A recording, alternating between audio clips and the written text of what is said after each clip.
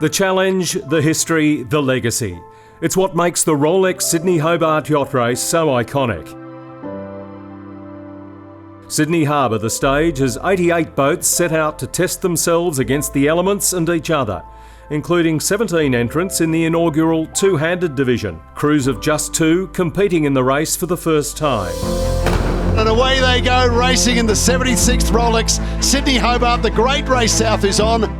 The hunt for glory was headlined by the battle for the coveted Tattersall Cup, awarded to the fully crewed overall winner on corrected time using the IRC handicap system.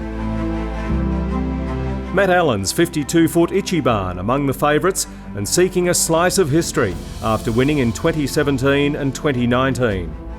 Each boat lining up for the Rolex Sydney Hobart has its own goals for the journey south.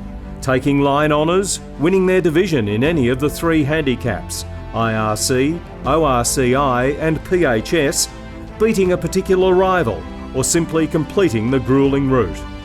A diverse fleet ranged from the 300-foot maxis, Blackjack, Law Connect and SHK Scallywag 100, to the smallest boat in the fleet, the Army Sailing Club's 9.2-metre Yarkin 925 Gunrunner.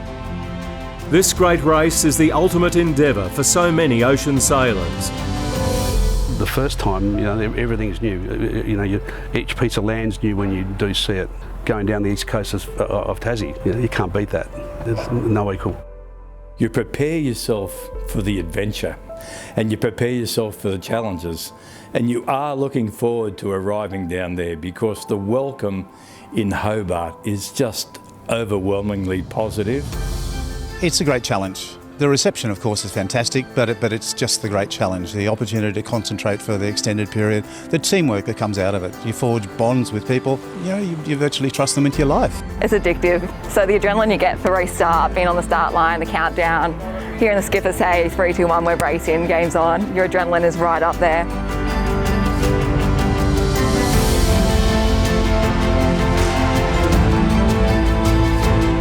After a clean start, the fleet left Sydney Heads in anticipation of the tough conditions that lay in wait. A strong southerly and a storm brewing offshore had all crews prepared for a tough first night at sea. Although prepared, the wild sea state took its toll. In total, 38 boats were forced to retire from the race, most of them with boat damage. The first night was, you could only say, horrendous. The wind wasn't that strong, but the interesting thing, it was very short, choppy seas, which is what we expected, and there were no backs on the seas, so you'd come off a wave, the boat would come down and slam hard. Yeah, look, we definitely were pushing the boat hard. I mean, that's the way we race it. I think the sea state was very heavy, and it was just the bashing the whole time, and we knew we had another 10, 12, 20 hours more of it to go, so we did try and look after the rig as best we could, but things were inevitably going to happen in those sort of conditions, unfortunately. Shortly after leading the fleet out of Sydney Heads, Seng Huang Lee's Dovel 100, SHK Scallywag 100, broke a J2 tack. Skipper David Witt forced to get the storm jib up while the crew went to work repairing the problem. That gave Christian Beck's 1K 100 Law Connect, formerly Perpetual Loyal, the lead, ahead of Peter Harburg's Blackjack, skippered by Mark Bradford. Our team, unlike a lot of teams in this race, is a full professional sailing team. Everyone's a professional sailor, and we approach it that way because the stakes are high and we want to win the race. So the depth in our group is second to none here. We've got people who won 3 America's Cups. We've got people that won the Sail GP last week. We've got Olympians, we've got yachtsmen of all different levels and pedigrees here, and I'm really proud of that and that team, and it's a unique opportunity to put that together. But on a rough first night, losing electronics and weather information, Law Connect surrendered the lead to Blackjack as SHK Scallywag 100 battled to make up ground. Law Connect tussled with Blackjack down the Tasmanian coast, but Harburg's Reichel Pugh 100 built a gap as conditions lightened down to Tasman Island and pulled away on the Derwent. A slow finish doing nothing to dampen the spirit on board. How does it feel? Well, we'll both be in tears if you any time. It feels Oh, it is very, very emotional. Yeah, I mean, it is the grand prize of yachting in Australia. And for me, it's the first time I've been involved in the winning team. For Mark, he's done it before, but yeah, very special. The focus then turned to the pursuit of the Tattersall Cup. After 628 nautical miles, there was little to separate the 52-footers Ichi Ban and Celestial, and they left other competitors behind down the Tasmanian coast. We were all together within a few miles of each other, and all on the same latitude, just on different longitude. And I think that's what paid off for the other boats who were a little bit more outside of us. They were able to just get through with a bit more pressure, and we got into this low point with no breeze at all, and that cost us the race. Unfortunately, we got caught in one of these transition zones a lot longer than we expected, so that left us a bit posted at the end. So, but that's ocean racing. Across Bass Strait we stopped, and it was quite a local stop with us and the boats around us probably for 40 miles, and the TP's got the march on us, and you just can't give those guys any breathing room. And then we bounced back again. We actually came back really well, and I've done a few of these races, and I've never seen Flinders Island during the race, except when I've retired, and here we are right on Flinders. Such was the uniqueness of this one. I said to the guys before we started, I said, if we get there and think we can't have done much better and there's no meat left on the bone, we've had a good race, and that's what we've done. So the results won't reflect that, but we know in our hearts we did all right. This is very important in terms of the overall result of the 2021 Rolex Sydney Hobart. Ichi Ban's got to put a good 20 minutes on her nearest pursuer, and that's Celestial behind them.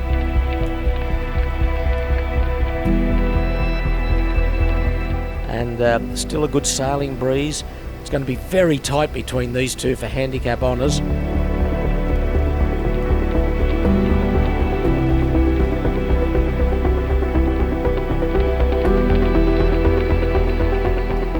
They go in close to the iron pot, and that will leave them 11.2 nautical miles from the finish.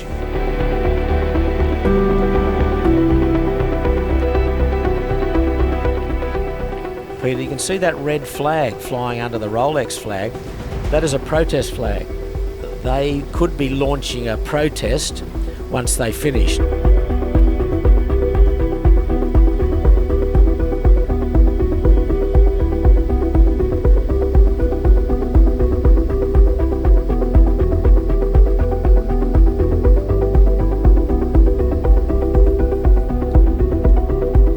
Ichi Ban comes up the river. Celestial's doing 11 knots and Ichi Ban 9 knots to try and secure her third Tattersall Cup.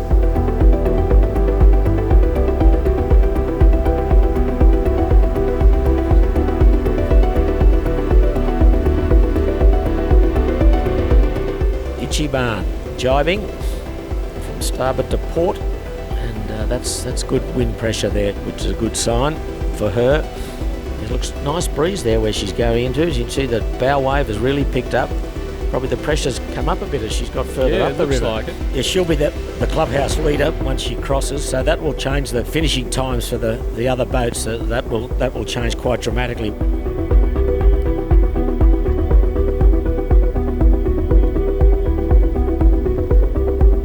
To beat Blackjack on handicap, she has to finish by 10 o'clock tonight, so she's easily going to do that.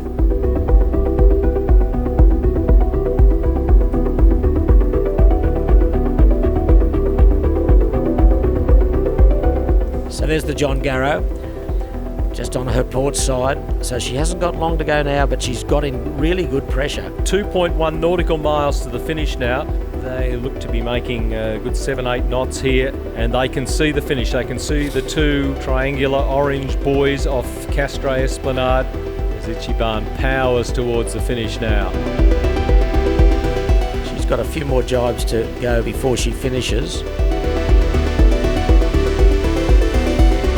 She's maintained nice breeze, hasn't she now? It looks good for her. Plenty of wind there now. Look, she's really moving beautifully.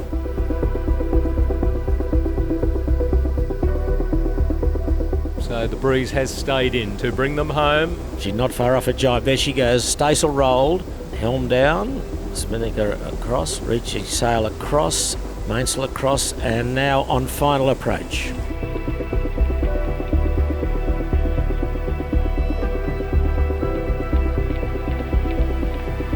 Port jibe to the finish, only a few hundred metres away for Ichi Ban from Sydney. Matt Allen, is he heading into the history books with victory here? 20 metres away. And Ichi Ban crosses the line to finish the 2021 Rolex Sydney Hobart.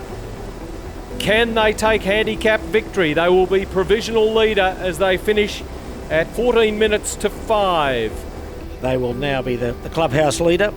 So there's still 40 plus boats to get home. So we'll see.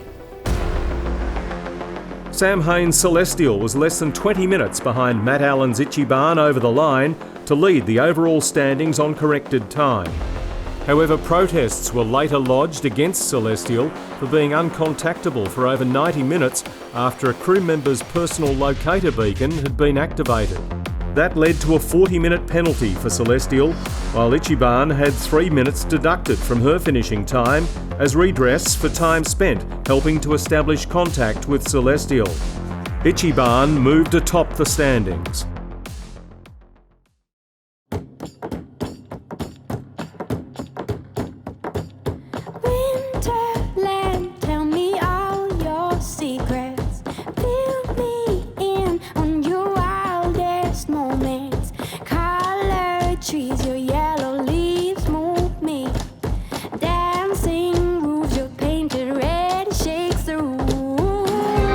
When I get there, I'll let my feet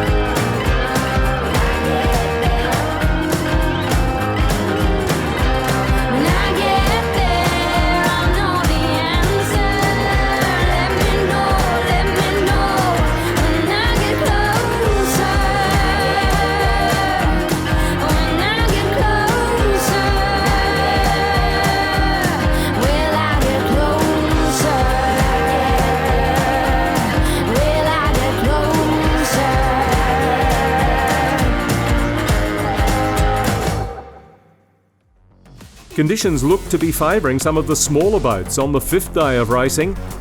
Ed Saltus's Sydney 36 Midnight Rambler, Simon Kurt's S&S 47 Love and War, a three-time overall winner, and Shane Kern's S&S 34 White Bay 6 Azuro, all in contention to win the Tattersall Cup. Absolutely fantastic. It was like a steam train going to weather. I think we had a great crew, put the boat in the right position and just sailed as hard as we could. No issues whatsoever. I think we fell off 2 waves on the first night and that was it. All went quiet. White Bay 6 Azuro was the last challenger to Ichi Ban and was racing against the clock, needing to arrive by 7 a.m. on Friday the 31st of January to claim victory. But like so many before them in the race, the weather curtailed the dream for Kearns and his crew.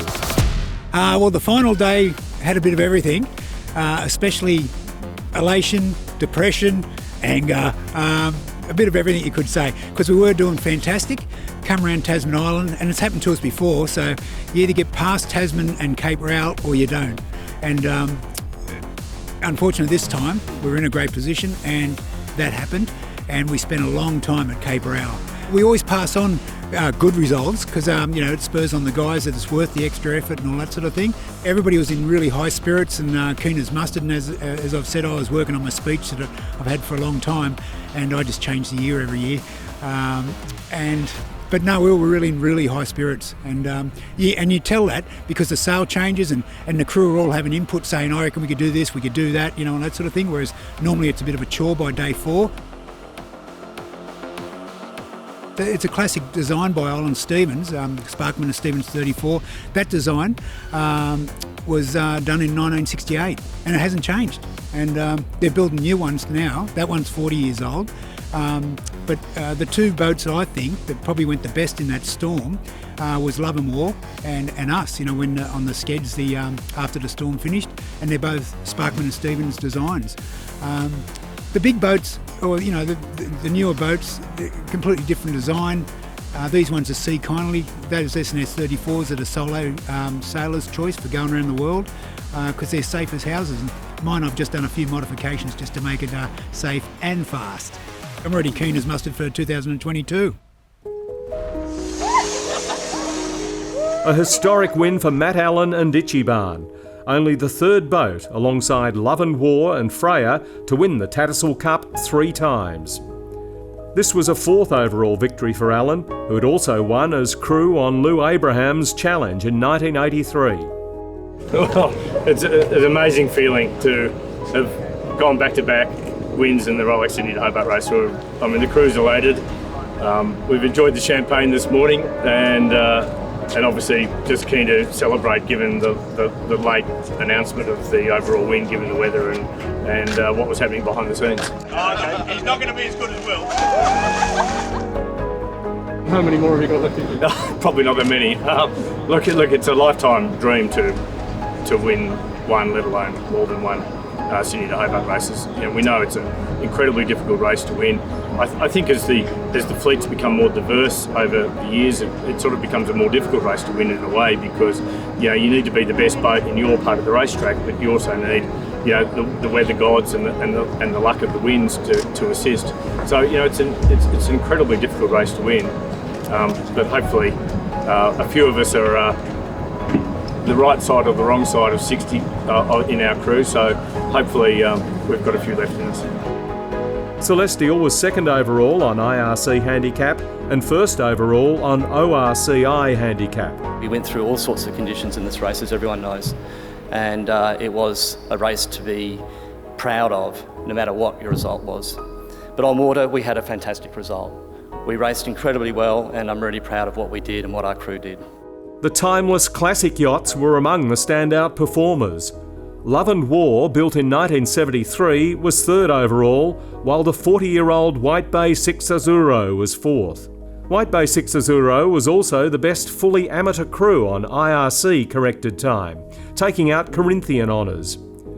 The famous Tasmanian welcome is a feature of the Rolex Sydney Hobart, and it was particularly warm for locals Rob Goff and John Saul, who sail out of the Royal Yacht Club of Tasmania. The pair were the first two-handed division entrants to finish the race, crossing the line after more than 4 days, 7 hours at sea on Rob's 40-foot Mark Lombard-designed Acalaria RC2 Sidewinder.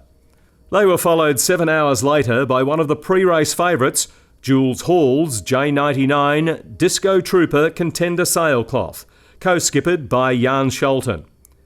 A place in the record books for the two laser sailors who made a real impression in their first full season of racing. I think it'll sink in. I don't think I sit here and go, don't look in awe at what we've done. I think we had, we had a plan that we've executed, and I think it will sink in. Like it's a big old thing to sail a boat two-handed from Sydney down to Hobart. Before the start, it's a big event. We knew we were going to some rough weather. I don't think we were nervous, scared, but you're anxious, and it's a year's build-up. So I think that we were very focused. We were probably heads in the boat a little bit, but we had a plan down the harbour. We knew we had to go left of the Sow and Pigs and get the angle into the mark, and that worked out nicely. So we got through it. Our acceleration is astounding. What we pick up with a tiny gust compared to fully crewed boat is huge. 10 of the 17 boats in the two-handed division finished the race, all starters etching their names into the history books. Salt Shaker, Crux, Speedwell and Euphoria 2 all featured on the handicap podiums.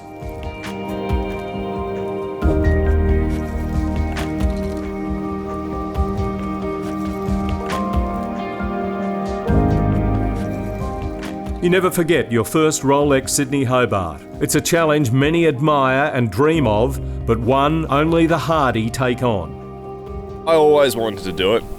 As a family, always would sit down and watch the start together. And I never quite really came to my thought. I thought it was something that was a bit above me for quite a while, and then chatted away to Brett, our skipper, and told me that there was potential for me to do this race, and that was incredible, that feeling, the realisation, something I've been watching my entire life, I would actually be able to join this race. Because of COVID, I wasn't able to get back to Tassie, and I was still at school by this point, and while borders were shut. So I had about a week when borders reopened to meet the crew and do a bit of training with them, and that's it. So it was very much last minute bit of training there, but we pulled it off well. We worked really well together. The boys had rang me when I was in Sydney and said, "You're interested in doing a race?" And I'm like, "Oh no, I don't think I can do this."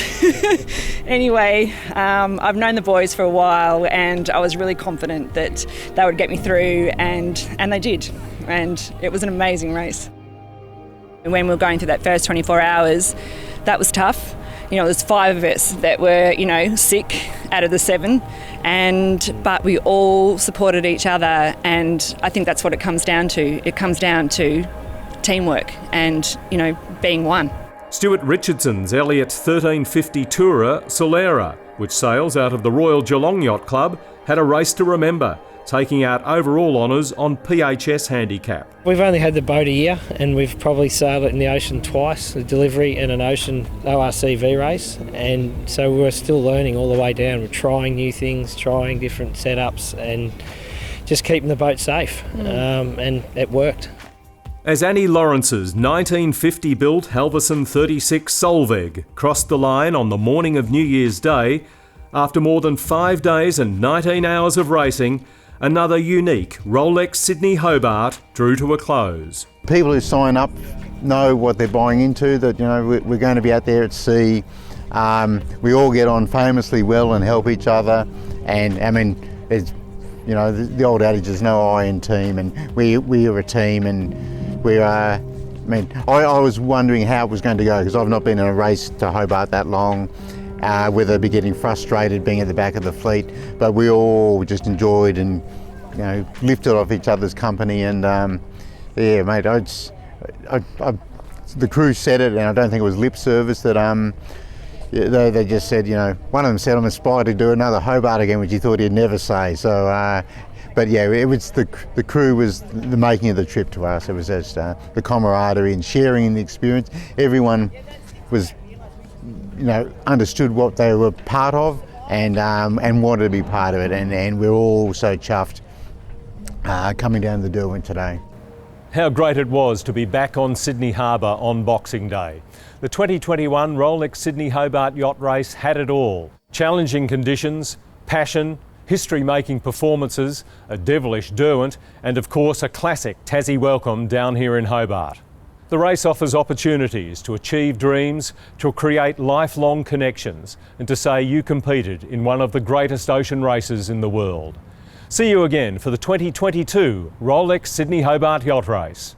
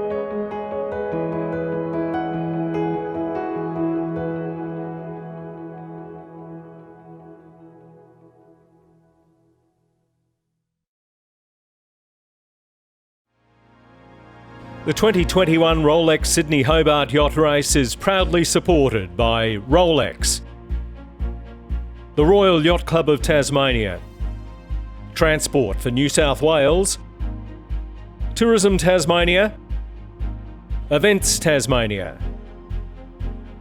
Tasports, City of Hobart, the Tasman, Sail Media, Flight Risk Media, and Hype TV. The Cruising Yacht Club of Australia would like to thank all partners and sponsors for the 2021 Rolex Sydney Hobart Yacht Race.